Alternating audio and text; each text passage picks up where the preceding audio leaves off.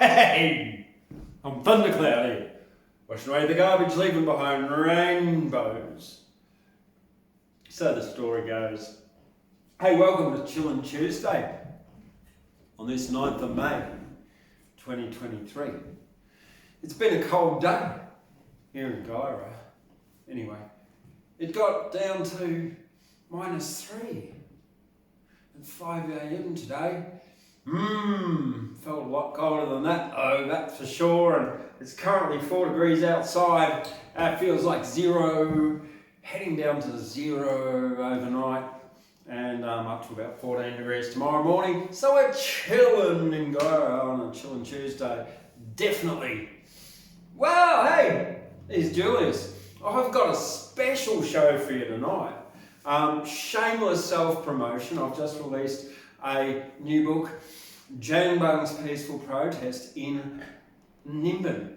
And it contains the famous Thundercloud poem, Julius the Flying Giraffe. And so for the first time ever, you can now buy Djanbung's Peaceful Protest in Nimbin by yours truly, Thundercloud Riparian, aka James Arthur Warren.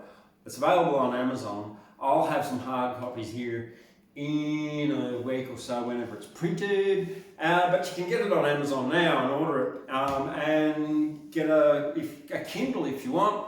It's cheaper if you read it on a Kindle. If you got Kindle, what is it, Premium or something, I think it's even free. So amazing. Plus, anyway, shameless self-promotion over. You'll see the link down below in the description. And but tonight, we're going to start off with a bit of Henry Lawson, just the one, and some ginger tea. Ginger tea for losing weight, ginger tea for increasing heat within the body, ginger tea for cleaning you out and helping you sleep too even.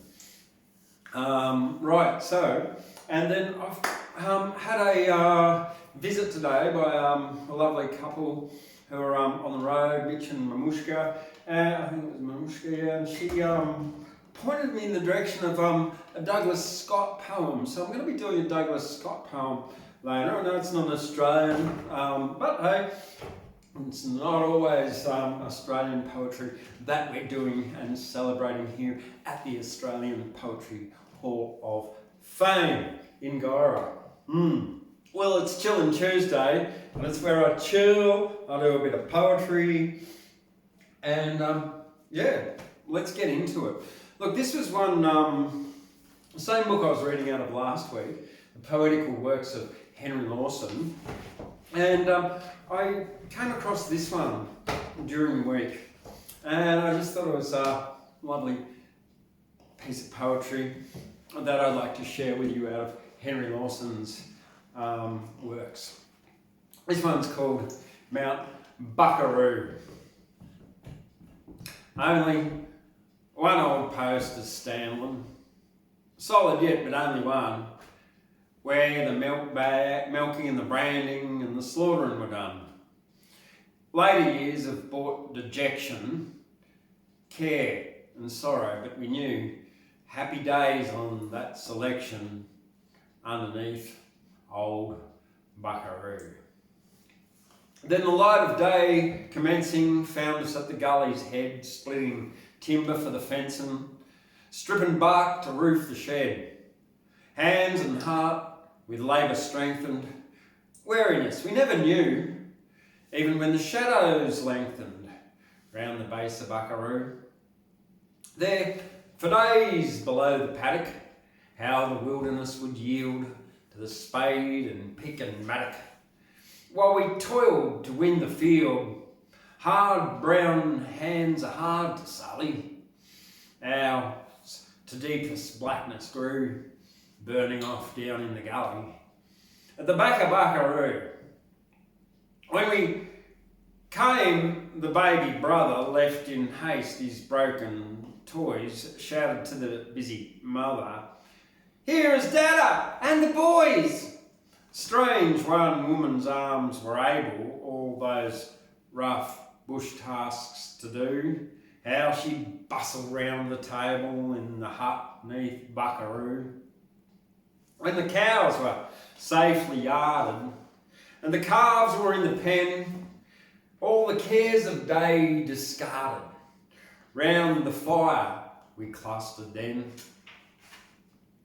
Rang the roof with boyish laughter, while the flames o'ertopped the flue. Happy nights remembered after, far away from Buckaroo. But the years are full of changes, and the sorrow found us there, for our home amid the ranges was not safe from searching care.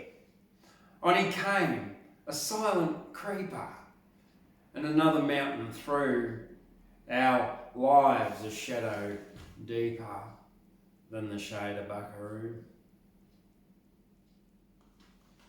Yeah, Mountain Buckaroo. And there's another one I was going to do here before that, and this is Burke. I've followed all my tracks and ways from old Berks School to Leicester Square. I've been right back to boyhood's days and found no light or pleasure there.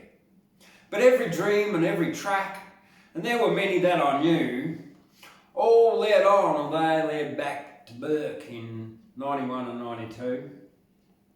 No sign that green grass ever grew in scrubs that blazed beneath the sun. The plains were dead, dust in 92 and hard as bricks in 91. On glaring iron roofs of Burke, the scorching, blinding sandstorms blew.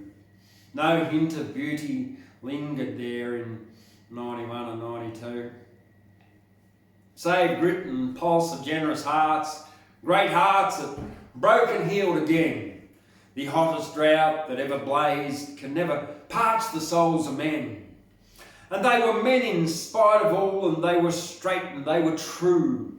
The hat went round at Trouble's calling, 91 and 92. They drank. When all was said and done, they gambled, and their speech was rough. You only need to say to one, he was my mate. That was enough. But a henna bushman was not white, nor his union straight and true. 'Twould mean a long and bloody fight in 91 and 92. The yard behind the Shearer's Arms was reckoned best of battlegrounds, and there in peace and quietness they fought their 10 or 15 rounds. And then they wiped the blood away, then shook hands as strong men do, and washed away the bitterness in 91 and 92.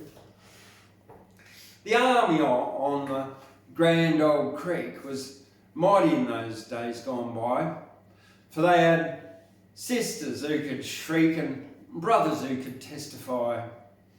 And by the muddy water holes they tackled sin till all was blue.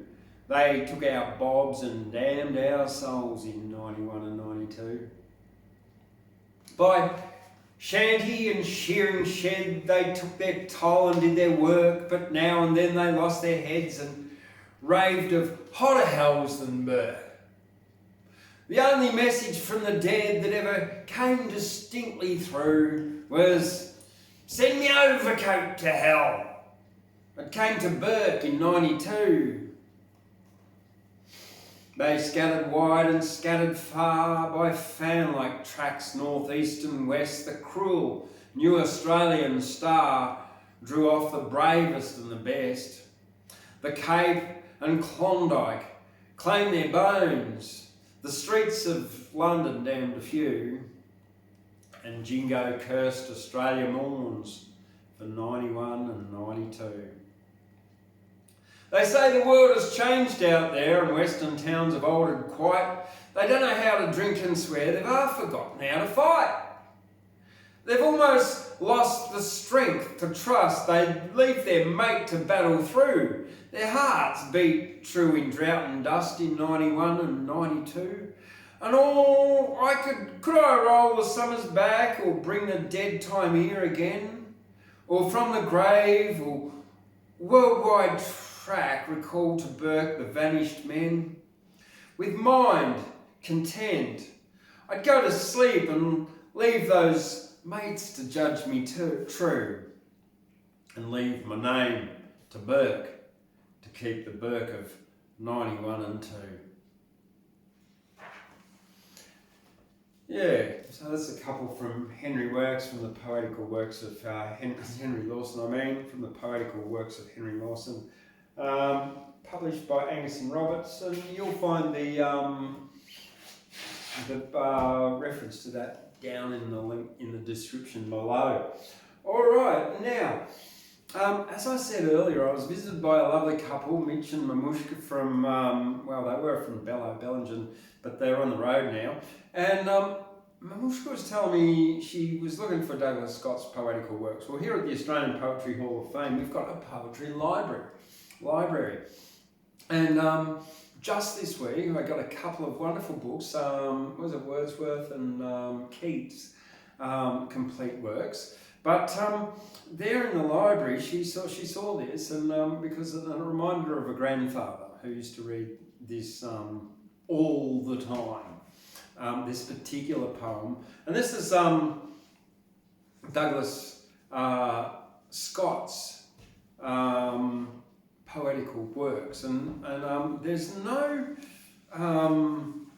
yes, it was published in 1921, so it's, this is, and it was presented at All Saints College, Bathurst, first prize awarded called to C.H. Sutter for Ducks of Form 4A, and this was from L. something Watson, the headmaster, in December 1931, so the page has fallen out there. And then we go over the page and we've got, this Scott fella, he wrote a lot, like there is here in this book. It's in really, really, really small print, so excuse me if I have to struggle with it later, but like there's 963 pages. They're really thin pages, and it's really, really, really small writing. So obviously, Douglas Scott, Walter Scott, I don't know why I said Douglas, Sir Walter Scott, the poetical works of Sir Walter Scott, with the author's introduction and notes. Yeah, anyway, he wrote a lot, but I'm just going to read you one, and this one here comes from a very early, poem in the book called Marmion, and it's a bunch of cantos, and the one I'm going to be reading to you is actually a part of one of these cantos. I've got it marked over here. It's part 12, and it's called Lochivar, and it's part of the canto, and I'll just find you the name of it here.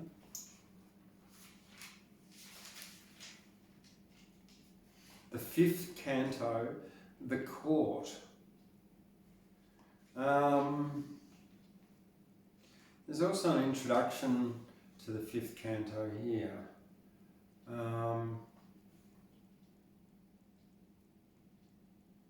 Right, but anyway, look, I will, one of these days I might record this on YouTube for you, but this is Lochinvar by Sir Walter Scott. Oh, young Lochinvar is come out of the west. Through all the wide border his steed was the best. And save his good broad sword, he weapons had none. He rode all unarmed, and he rode all alone. So faithful in love and so dauntless in war, there was never knight like the young Lochinvar. He stayed not for brake, and he stopped not for stone. He swam the Esk River where ford there was none. But ere he alighted at Netherby Gate, the bride had consented, the gallant came late. For a laggard in love and a dastard in war was to wed the fair Ellen of brave Lochinvar. So boldly he'd entered the Netherby Hall among bridesmen and kinsmen and brothers and all. Then spoke the bride's father, his hand on his sword. For the poor craven bridegroom said never a word. Oh, come ye in peace here, or come ye in war, or to dance at our bridal, young Lord Lochinvar. I long wooed your daughter, my suit you denied. Love swells like the Solway, but ebbs like the tide. And now am I come with this last love of mine to lead but one measure, drink one cup of wine. There are maidens in Scotland, more lovely by far, that would gladly be bride to the young Lochinvar. The bride kissed the goblet, the knight took it up. He quaffed of the wine and he threw down the cup. She looked down to blush and she looked up to sigh, with a smile on her lips and a tear in her eye. He took her soft hand and ere her mother could bar. Now tread we a measure, said young Lochinvar. So stately his form and so lovely her face, that never a hall such a galliard did grace. While her mother did fret and her father did fume, and the bridegroom stood dangling his bonnet and plume.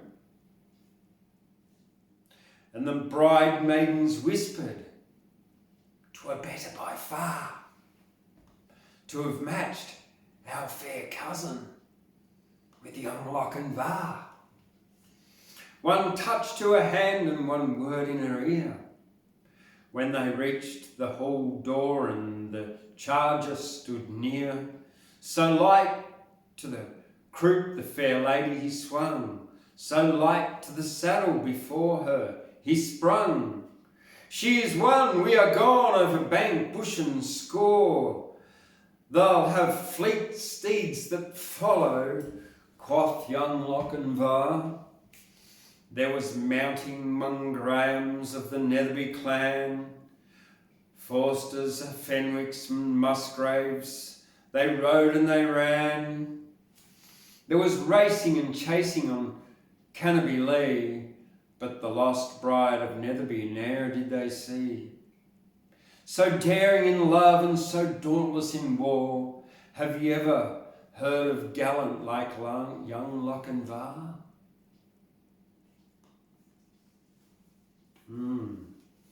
So he came and stole his bride away on her wedding day. You know, they were supposed to, how about that? I wonder if that's like kidnapping, or if she went, she went willingly, didn't she? All right, Sir Walter Scott's works. Well. Time for shameless self-promotion now.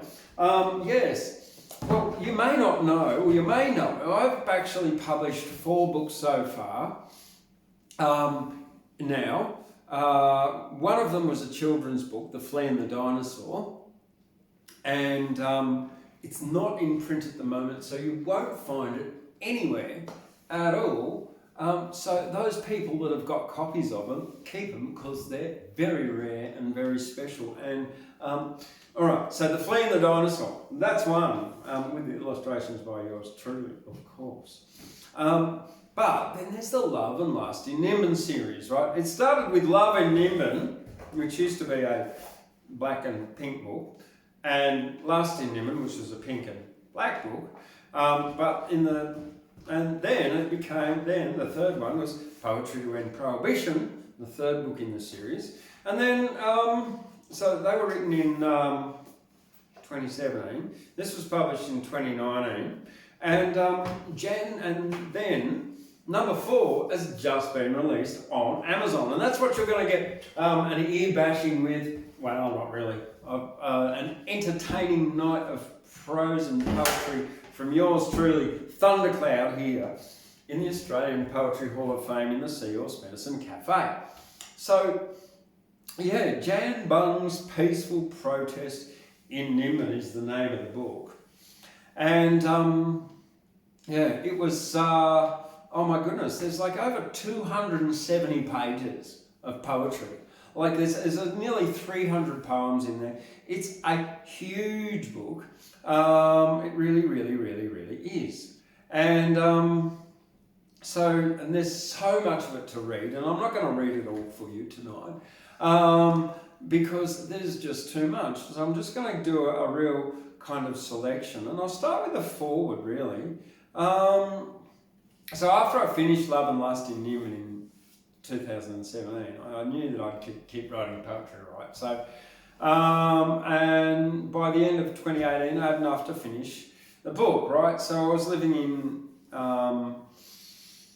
Nimbin, yeah. And anyway, this day I went down to, I was about to go to work later on when I was, and I went down to the river, the creek, where I was staying. And as my habit, because I don't like to use like chemically human-made stuff on my body, there was a mudstone there. I rubbed the mudstone around and made the mud. And it was like 11 o'clock in the day, so I painted myself all over with mud. And then the next thing, I'm sitting there, letting it dry out, naked, covered in mud, in the sun. Right next to the creek. Now the creek's about maybe a metre and a half wide, and it's this cascade part where it sort of comes down, goes past me, and I'm sitting on this ledge with the mud stuff, and goes past me, right? Next thing I knew, here's me all covered in mud, and this platypus comes swimming up. Swim, right next to me, and I've had to pull my feet up out of the water. And it comes right next to my feet, and it's like, here's the ledge, and it's like feeding like that, and it rolls over, and it's sort of like, it's its belly, like literally this far away from me. So then it moved over into the river and into the creek, which is about a foot deep, 30 centimetres, and 1.2 metres wide. So I've got down, and it's like feeding as it's going up the stream, like and I get down behind it in the water, and I'm floating there, like literally only like 70, 80 centimetres, this far away from a platypus. And it's just, now it wasn't a big one, it was really only probably from my wrist to about there, so it was a juvenile. But it was amazing. And so yeah, it proceeded, and that's what it did, and that's what it says here. All right, so, okay, and this is also quite fitting because I was told in 2017 too that I had seahorse medicine. And it was after that I got this visit from the platypus that I started writing lots of poems from the perspective of animals. And so within this book, Djanbung's Peaceful Protest in Nimbin, it's all these like animal perspective poems and stuff about animals. A lot of kids stuff.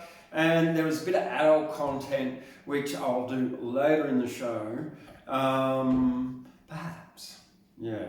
But look, we're just going to start, why not, down with the platypus. Down by the creek where the platypus lives on the fish and the water the insect gives. Down in the creek where the platypus dreams of abundance in crystal clear streams. It's brown and furry with a duck-like nose with a tail that looks like a beaver ghost. Webbed feet help it to swim through the creek with a rubbery electromagnetic sensitive beak. Well, the platypus's home is crude but good. It lives in a burrow by the creek that won't flood. The platypus lays its eggs underground. The babies are born in a burrow they're found. The platypus swims there in a creek and it has a really big rubbery beak. A mouth that's like a duckbill nose. It's got claws on its feet and spikes on its toes. And the platypus burrows underground where it lays its eggs and babies are found. Well, platypus feeds its young on milk, and from its mother comes this life-giving welcome. Welcome to Earth here in the creek, says its young. We'll live here more, says to its young. We'll live more than a week. You'll enjoy your life here every day, says a platypus dad to its young fella, eh? The platypus likes to have a swim, finds food in the water and dives right in. Djanbung eats yabbies and shellfish too. The platypus is different to me and you. There's nothing here on Earth like the old bladder pie. How many millions of years? I can't say why, because the platypus with its rubbery mouth beak has never really learnt how to speak, because it swims in the creek and swims in the water. It teaches its sons like it teaches its daughters. It says, swim and be free and find your food in the creek. You can live here today, you can live here next week. You can swim in the creek and burrow underground because the creek is where the best food is found. There's fresh water that falls from the rain in the hills. There's fresh rain from the waterfalls. Down it spills to the billabong, to the creek waterhole where the platypus lives, because that's what platypus do. They live in a creek. Yeah, and that's what it is. Yeah, the platypus burrow underground. Okay, so there'll be no food. The platypus, there'll be that. Begin again. The platypus burrows underground. They drink and swim where the best water's found. But there's one thing that you must never ever do. It's harm the place where the platypus live too. Because if we poison the waterhole, the platypus will die. If we concrete the waterways, the babies will fly away. There'll be no food for the platypus to be found, and the platypus will have to go somewhere else and burrow underground. Let's look after creeks and platypus too, because platypus tells you where there's fresh water for you. The platypus lives in Mulgum Creek, where the blue butterflies dance every day and every week. And platypus have much fun every day, and they all swim in the creek and they all say good day to the blue and black butterflies as they fly around, and the black and white butterfly that's just flying around while the platypus swimming find food in the creek, eats a yabby it's just found, and will eat another next week. And the dragonflies dance and fly over water where the platypus mummy teaches a daughter and about platypus lifestyle and how not to drown, and where in the creek the best water's found. The platypus finds its food in the creeks where the water flows down every day, every week, and it runs through the mountains, and it runs through the trees, and it runs through the sand, and it runs through the leaves, to the creek where the platypus breeding ground is found. There's burrows and yabbies, and the best food is found. That's it. Yeah, all right. It's a bit of a long one, but it's about platypus, of course. And then here we go. Next, we've got a couple about toilets, what I'm not going to do. The rainbow lorikeets act gaily, flying, screeching, dancing daily. Rainbow lorikeets, flying breeze. Drink flower nectar from the trees. Noisy, screechy rainbow bird. Flighty, fleety, loudly heard. Rainbow lorikeets flying around. Red, yellow, green, blue, none are brown.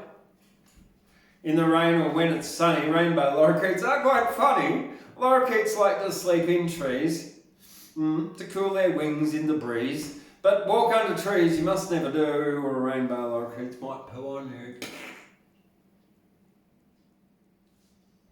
Yep. So yeah, that's another one. So it sounds like I might be doing a lot of animal stuff tonight, because that's what I was writing about.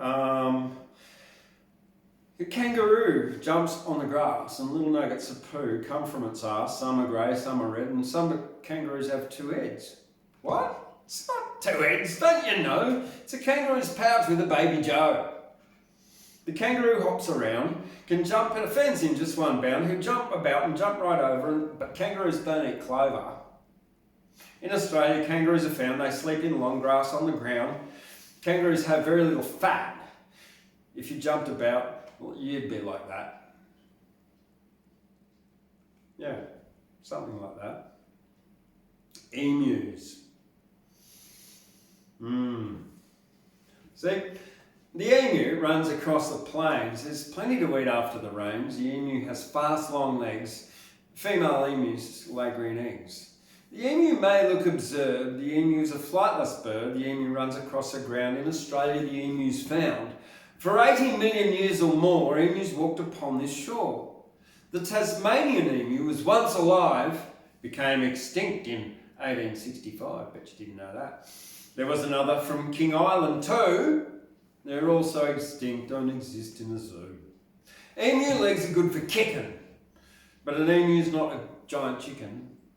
Emu meat is good to eat. Emus have 2 big feet. On emu's back 2 wings are found, but emus can't lift off the ground, as emus don't think flying's fun, because emus like to run.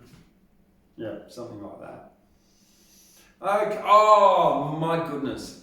Oh, Pete the Surfer. Okay. I hope Pete the Surfer's still alive, because I wrote this pretty much in 5 minutes. So one day, early in 2018, I was sitting there in Nimbin, just chilling, having a coffee on my day off or something.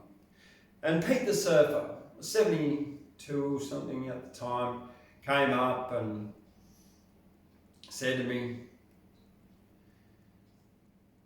"Oh mate, I've just been to Ballina." And I went, blah, blah, blah. And he told me this story, right, about his day surfing. He said, "I've got to go in the chemist and I'll see you in a minute." So I immediately wrote this down. And then, this is it. Pete the Surfer. 14, 16, 28, 44 in his head. "Oh, I've had a great day," Pete the Surfer said. "I went down to Ballina, no one could get out. Even the jet ski driver wouldn't tow me out. The surf was too big, 4 metres or more. It was messy and swirly. No one could leave shore. So I walked out the rock wall and dived in the rim. And it took me way out back on a roundabout trip. I was surfing alone, a pinprick from the shore. Oh, I got some big rippers, one 5 metres for sure. I was out in the big waves, I was surfing alone. It was bliss, I'm so happy, the wind wasn't blowing, it was glassy and smooth, and I got in a tube and it took me back 20 years to when I was a juvenile. I don't know what they'll say at the hospital," Pete said. Tomorrow at the hospital, Pete said, "they've been working 2 years to fix this fuck leg.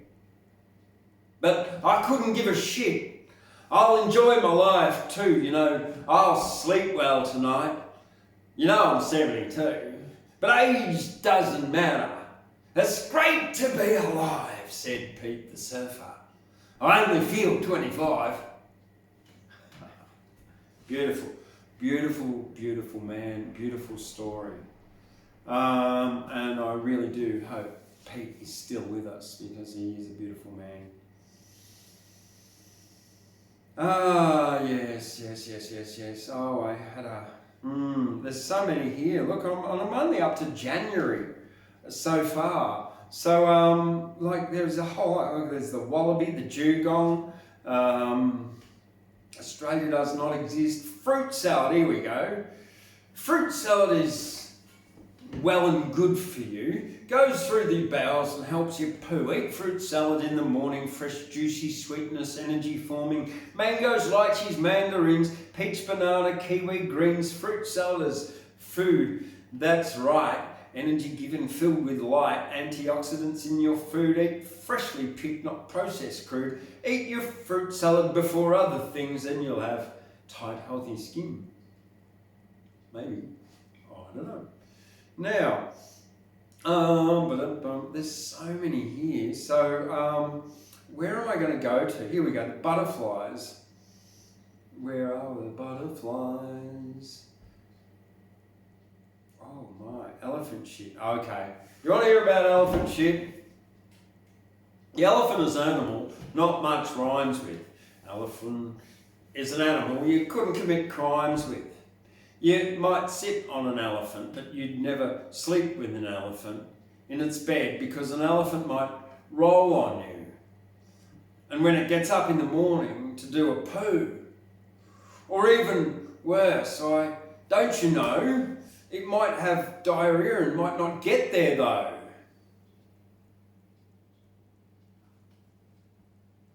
Yeah. So don't try and sleep with an elephant if it doesn't have time to clean its pants. Because it might not be too pleasant to sleep in a bed of shitty elephant poo. Oh my God, what can I do? I must have slept in an elephant poo. Oh my God, I stepped in elephant poo. There's poop on my shoe and it's elephant shit. An elephant shit is good for it, but don't eat or drink any elephant shit. You see, elephants think that shitting's funny. To shit on a human gives them shit that's running. To stand behind an elephant is absurd. You'll end up with a giant elephant turd. Don't walk behind an elephant like a little frog or you end up under an elephant bog. Elephant bum do great big farts. Elephant shits can stop people's hearts. If you stand behind an elephant fart, beware. It's going to give you a frightening scare. If you stand behind a shitting elephant bum, a fart will blow you away to kingdom come. And if you stand behind a shitting elephant, there's a good chance that you will shit your pants. Because elephant farts can pierce your ears and make you shit yourself in fear. You know, elephant farts are really loud. They can silence even the biggest football crowd.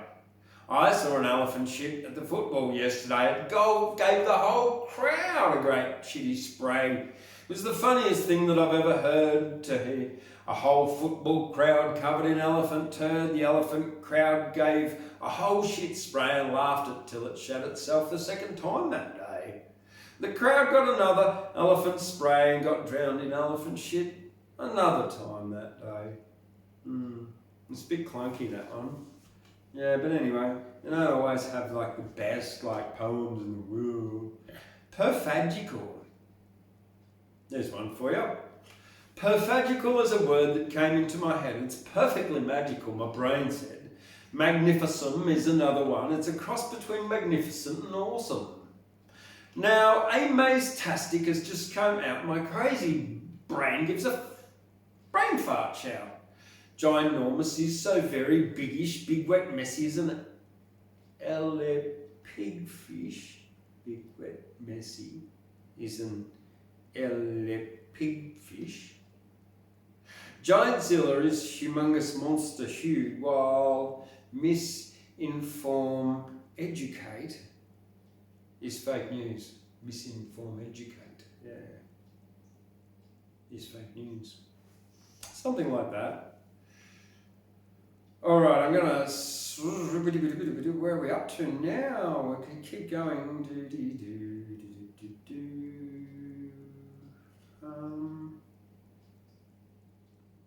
I'm just like scrolling because there's like so much.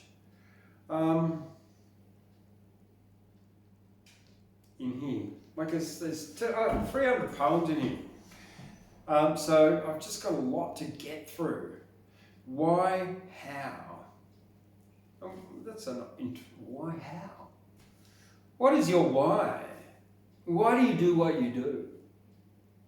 Is your why and your how true to loving you? Are you loving yourself? Or do you hate in your head? Do you always blame others? Or do you forgive instead? Can you let go of anger, guilt and shame? Why are you looking for someone to blame? Are you jealous, guilty or full up with pride? You don't have to be. You can decide if you want to let go of hurt or the past. Your future fear is irrational. There's safety at last. You're the only one. You're never alone unless you choose to just sit alone on your own. You can't change the past. What happens, you see. But you can change your thoughts and the way that you see.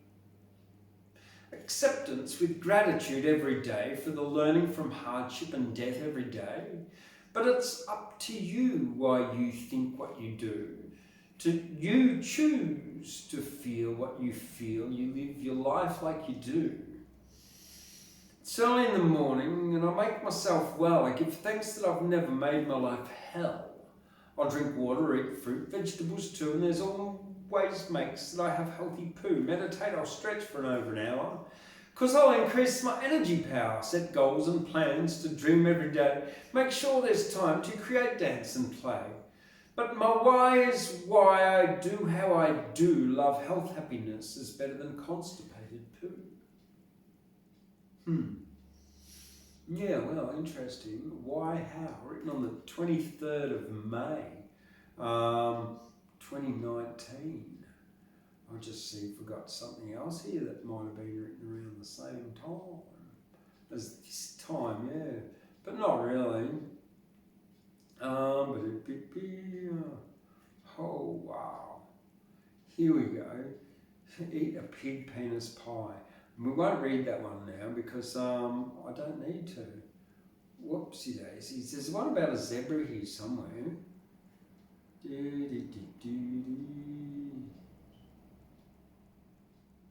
Zebra. If there was only a horse I would like to be, I would be a zebra because they are stripy. Black and white and stripy, with a mohawk on my head, eating savannah grasses, black and white striped, and a tongue that's red. Running over hills to find the bestest grass, hidden from hyena with my black and white striped ass.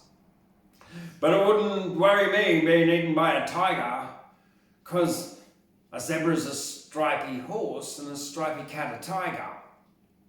But you can call me Thundercloud, my mum calls me James, and thunderclouds leave stripy rainbows after stripy rains. And tigers don't live in Africa. So, of course they wouldn't eat zebra.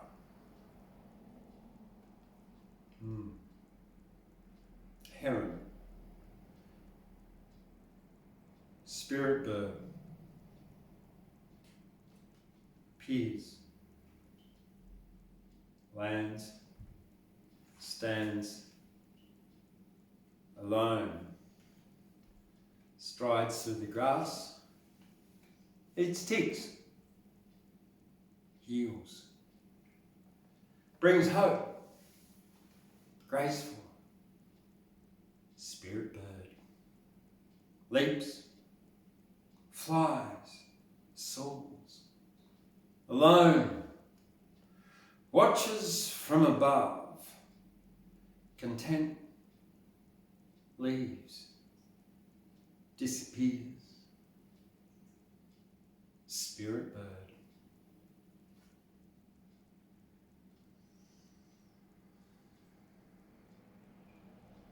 Perfect teacher. One night I came face to face with a white night owl, blinded by the light. Face to face, bewildered, calm, no fear. Opportunity for learning. Big eyes staring at each other. Watch. Listen. Hope. Understanding. Acceptance. No judgment. No fear. Respect. Our mutual learning. Our shared understanding. No words needed. Silent in the black night. Silent in the light was the white owl, the white night owl. Goodbye. Walk softly. Fly quietly. Love. Peace with grace. Wisdom. Silent. Move silently. Walk softly. Disappears. It's called The Perfect Teacher.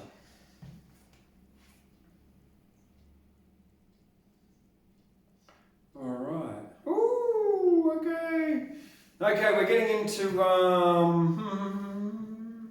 Okay, we're going into the adult section of the night. Okay, if you've got kids, don't send them to bed because we're not going to go into the adult section just yet, no. We're going to do something that I did in 2018, yeah, because this is 2018, at the Lismore Poetry Cup thing that they had there. And I kind of got second, but pretty much did blow everyone away with this one. It's called The Flugel of Bligelash.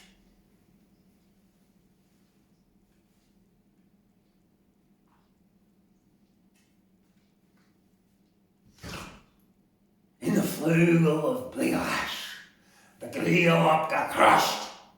Walking sliffishly, the Klebim Bartrash. Growly ended him, huffingly zock. Holla cast broidered, twad chicker's block. Twad chicker can sport the plock avec Christus. Ze brushed und glit was drast topping flistus. But Grielopka noticed Klebim the block.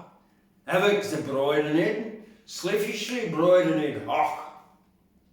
Christmas bushed the cacophone of with cack and quack, whilst Grielopka doc nefer shut the cacophone up.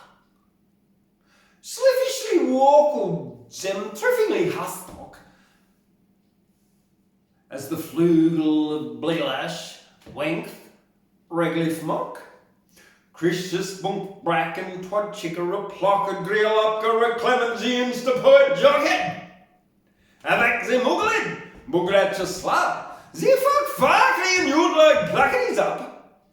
Fristus has cop the clapping and hoosting summons in Hollack and Grielopka sliffishly hoosting, tall ended sliffishly, triffingly hastock.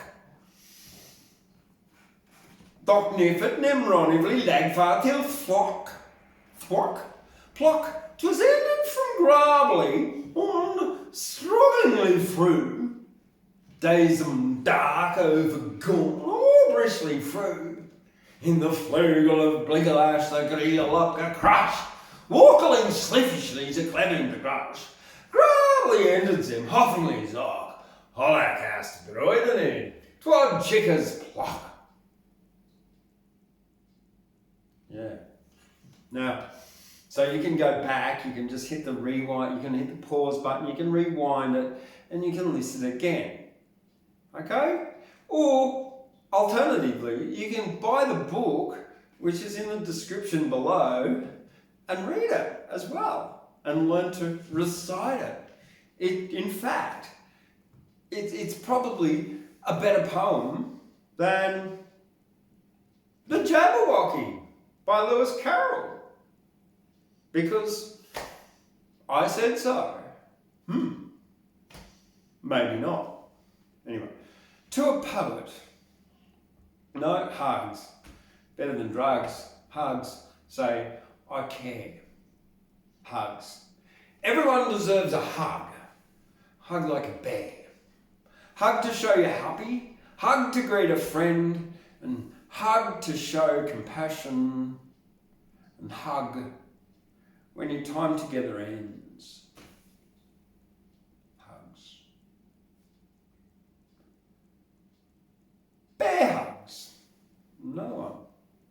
Care hugs, share hugs, yeah hugs. I love your hugs. Your special two hugs. It's okay hugs. Let's go play hugs. You give nice hugs, warm and snug hugs. Bug in a rug hugs, good night, sleep tight hugs, my good friend hugs, love never ends hugs.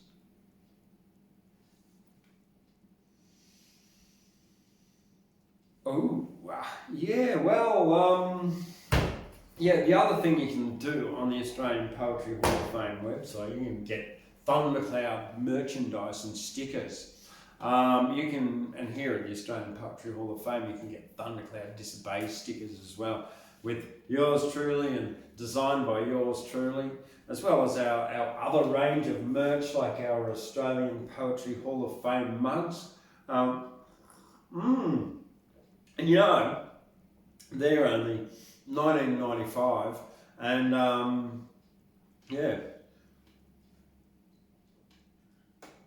exactly. And if you buy a coffee, if you buy one and you have a coffee in it, the coffee's free. You got to drink out of it before you go. That's the trick. All right, October 1, moist. Oh, moist, moist, moist. It's one of the most disliked words in the English language, but we'll do that a bit later because there is one more here that I really, really want to do for you. And I don't really even need to read this because I know it off by heart. It's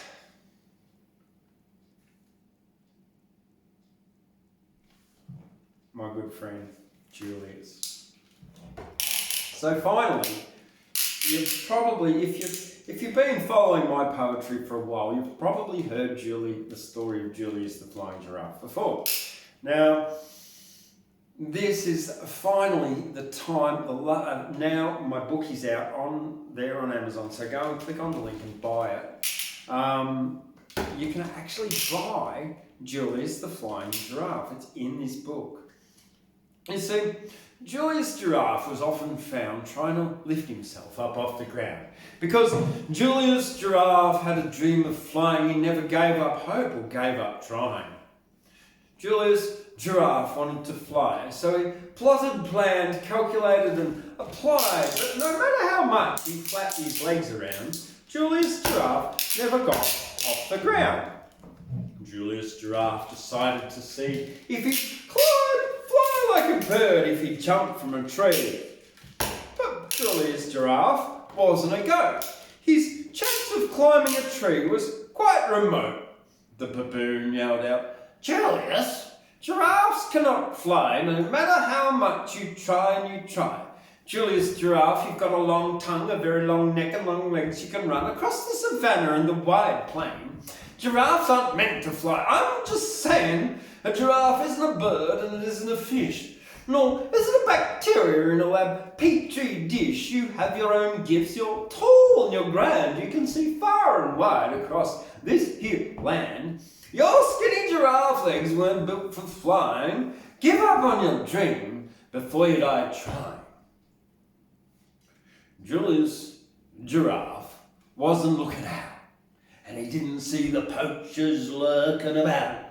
Next thing he knew, Julius woke up in a cage on the back of a poacher's truck.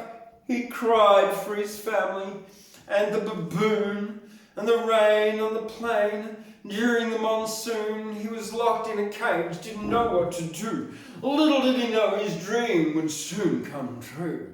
He was stolen from Africa, taken away, put in an aeroplane, and he flew that day. The moral of the story, listen to this, be very discerning for what you wish. The plane suffered engine failure, went into a dive. The pilot bailed out, he wanted to stay alive. Julius Giraffe was in luck and found the last parachute. Well, he wingsuited down, he flew through the air and glided with birds. He did a loop, the loop, and his voice was heard yelling, "I'm a flying giraffe! I'm in the sky! Fantastic, amazing! I'm a giraffe who can fly!" Well, he landed beside the baboon and the tree. I didn't give up hope on my dream, and I flew free. It was unexpected. I didn't have to try. I didn't give up hope, and I got to fly because I never gave up on my hopes or my dreams, and they came true in the most unexpected way, it seems. I'm a flying giraffe. I didn't die. My dreams all came true.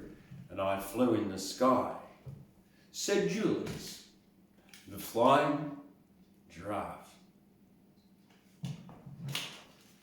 I like that, don't you? Well, that was actually written for my son Luca, so yeah, so a pretty cool one actually. I like it a lot. Right, okay, so now what I'm looking for is what I was going to read to you before, because we're going to get into the other stuff now. Well, here we go.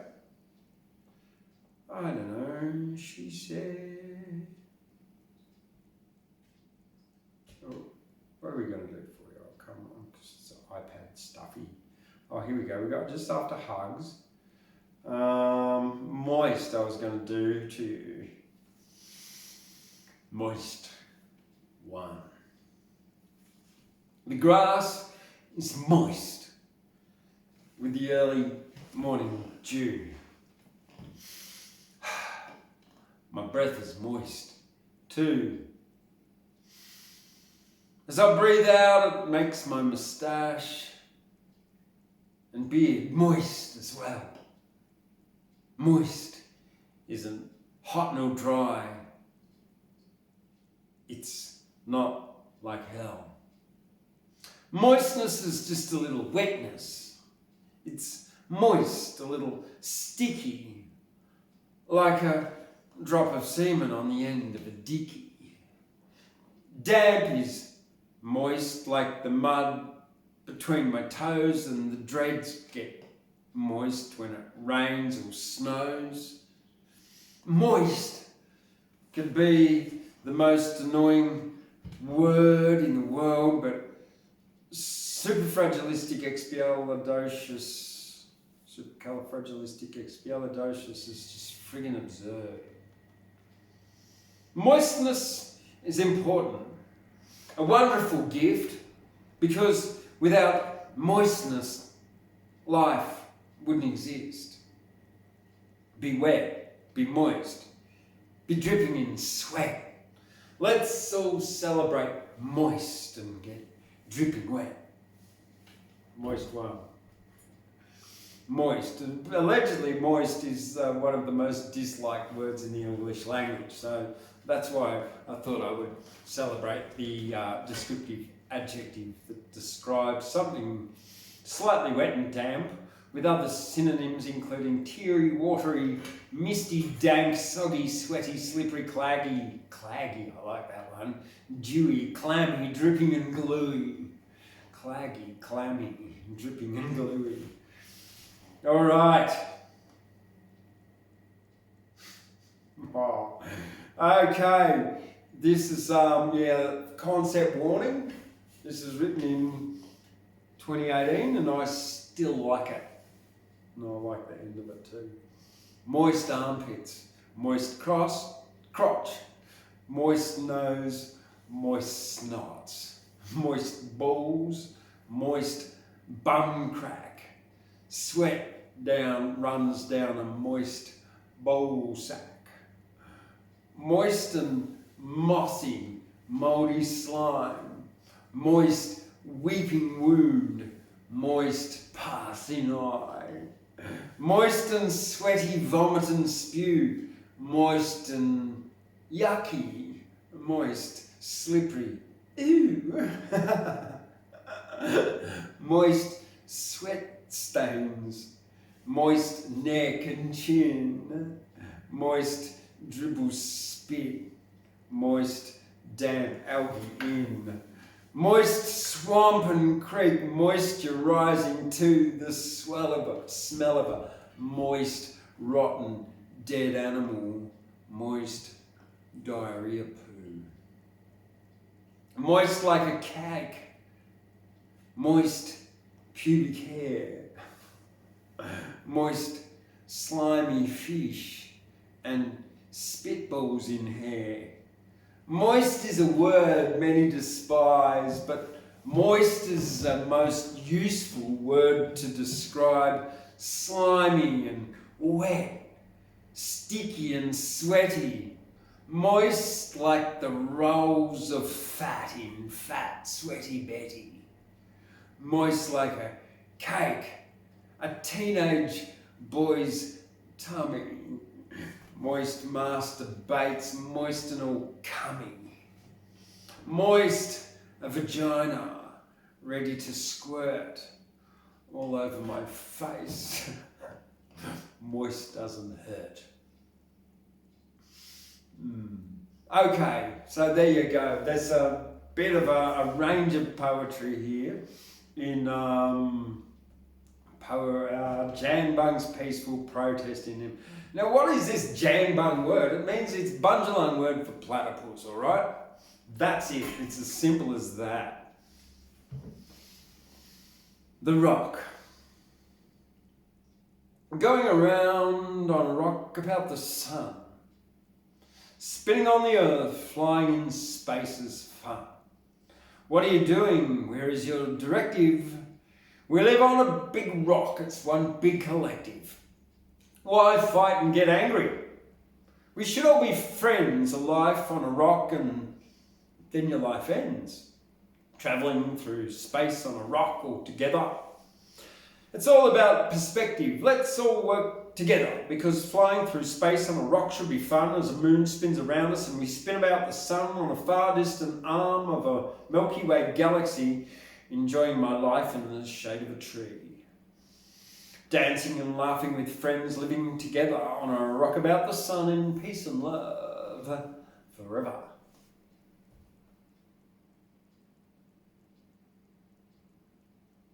Things you don't want to lose. This is called Lost and Found. Things you don't want to lose.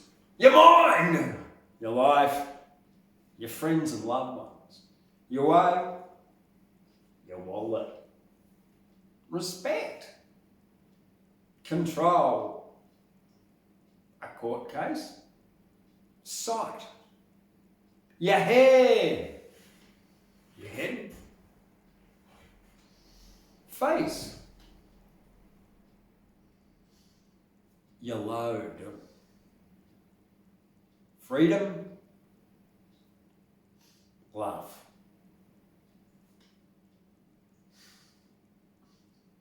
Things you want to lose, your virginity, your load, your addiction, the cops, the bear chasing you, weight, wrinkles, bags under your eyes, your emotional baggage, hot Cheetos, your can of Diet Coke, tofu, tofu yuck.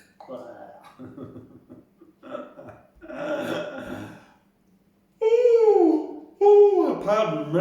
Oh no, I think I've got a page here. Oh no. Yeah, okay, it's all good. I haven't marked up. Let's find a few more poems from the middle of the book for you. Burn the Parliament? Oh my goodness, okay. Well, this is interesting. See, this was written in Nimbin on the 13th of April 2018 in Hemper. The piece was written during a Mardi Gras 2018 organising meeting when Michael Boulderstone suggested that we burn a replica of Parliament. And everyone cheered like pirates. Then I pretty much wrote most of this poem in the next bit of the meeting. Burn the Parliament, he said, and the pirates all went, "Arr! I got a better idea." Number 2 said, "Let's do it from afar." Pirate number 3, she said, "Let's build a fake Parliament. We'll put it on a trailer and cover it in green hemp cement." Pirate number 4 didn't want to be outdone. "We'll paint it with marijuana leaves and leave it in the sun." Pirate number 5, the pirate who was wise, "I got a better idea. Let's make a big surprise. Let's make a parliament open in the middle and out of it can come Prime Minister Nero playing the fiddle. Yo ho ho and no more rum, 15 men on a dead man's chest, yo ho ho and a bottle of rum, smoke cannabis and more." Pirate number 6 said, "This is what we'll do, because we have fake parliament, fake politicians too. Then we will blow it up. We'll blow our parliament sky high, and we'll do it from afar, like Guy Fawkes did once try. But Guy Fawkes didn't succeed. He got thrown in a cell because he tried to blow up real parliament. He made his own life hell, and they burnt him on a pyre, and that's how we got Bonfire Night, because that was the very night they set poor Guy Fawkes alight. So what we're going to do, we'll do it here. The pirates said we'll do it here. No rum or alcohol, no drinking of the beer. We'll blow up a fake parliament, and we'll set it all on fire, and then we'll all smoke joints, and everyone will get much higher. Burn down the parliament, he said, and the pirates all went off their head. We've got a mighty fine idea. Let's smoke cannabis and not drink beer. So the pirates built their fake parliament and set it very high, and it opened in the middle with Scott fiddling from inside. And then a big boom happened, and the parliament caught fire, and Guy Fawkes wasn't there because it was he who lit the fire. And there in the middle of the parliament, burning parliament of red, yellow, black and brown, was the government of Australia, symbolically burnt down. Yo-ho-ho and no more rum, let's burn the parliament, he said. Burn the parliament, he said, and the pirates all went off their head. Yo-ho-ho, there's no more rum, let's smoke some joints and more. We'll burn the parliament, he said, we'll burn it to the floor. And there in the middle of the burning parliament of red, yellow, black and brown was the government of Australia, symbolically burnt down. Yo-ho-ho and no more rum. We're gonna smoke some cannabis and overgrow the government and some more. Something like that, yeah. I didn't miss out a word. Yo-ho-ho and no more rum, no more. We're gonna smoke cannabis, overgrow the government some more. Yeah, something like that. Yeah. So overgrow the government was the slogan of the 2018 Nimbin Mardi Gras, yeah. So we'll keep on looking for poems for you. The Man Who Ate the Internet. Now, have you ever thought about that?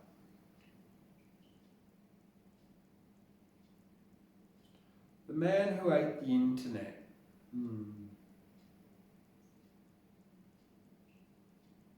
Here we are. So, if they took all the electrons of the internet that are travelling around the world at the moment, and they condensed it, it would weigh as much as 3 grams, basically 3 strawberries.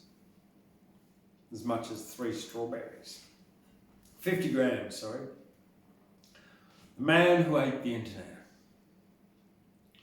I am the man who ate the internet. I put it in my mouth. I swallowed it in 3 gulps. And it went down south. I'm the man who ate the internet. It didn't weigh too much. It only weighs as much as... didn't weigh too much too. It only weighs as much as 3 strawberries do. I ate the internet. I put it in my mouth. I swallowed it in 3 gulps and it went down south. I am the man who ate the internet, and it was very easy. I swallowed it down and then had some toast with cheesy Vegemite. The internet is very small. It only weighs 50 grams. It's as light as a strawberry, and you can hold it in one hand. So I got the internet and I condensed it very small and rolled it up and made it into a very tiny ball. Then I popped it in my mouth. I put the internet inside. I had all the information inside me. My brain was nearly fried. I was smart and I knew everything that everybody knew because I'm the man who ate the internet, and this story is true. I ate the internet. I put it in my mouth. It was so delicious it made me give a shout because there was so much in my head that needed to come out I couldn't shut up, and had health and lifestyle podcasts coming out. I just kept on speaking and I was full of video in my head. There were so many different colour things that I knew instead because I'm the man who ate the internet. And it is what you do if you could roll the internet up into a tiny little ball too. The internet is delicious. The internet's nutritious. The information went inside my head and made me so much smarter instead. Because I'm the man who ate the internet, and that's what you'd do. As if it was as small as a 50-gram strawberry, you would eat the internet too. But you didn't, and I did. I rolled it up very small. I'm the man who ate the internet. I rolled it in a ball. I put it in my mouth. Now I can sing well too, because I have all the music videos that are now inside me too. I'm the man who ate the internet, and it was very yummy, and it went right down and it went into my tummy. Nursery crimes. Mary had a little lamb for dinner and got food poisoning. Jack and Jill went up the hill for fish and chips, and then ended up having a shotgun wedding.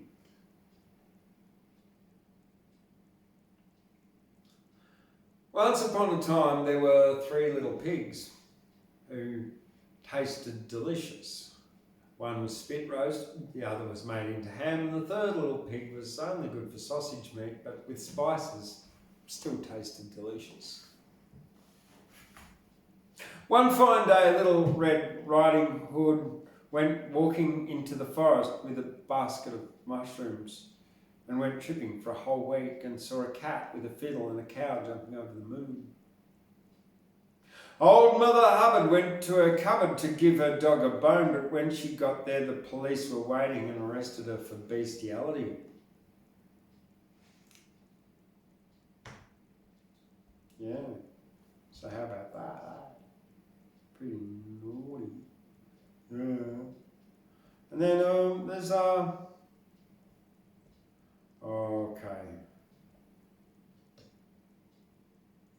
Let's find something for you.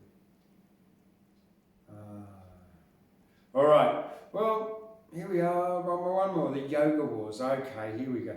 See, I've got some great poems in here. The Yoga Wars. This is another one that came out of. Oh well, yeah. This came out of a Mardi Gras organising meeting too, I think.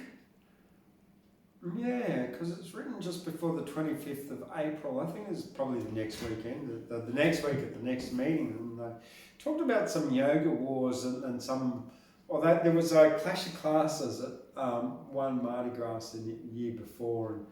And and someone said, there was yoga wars. And so this is what came out.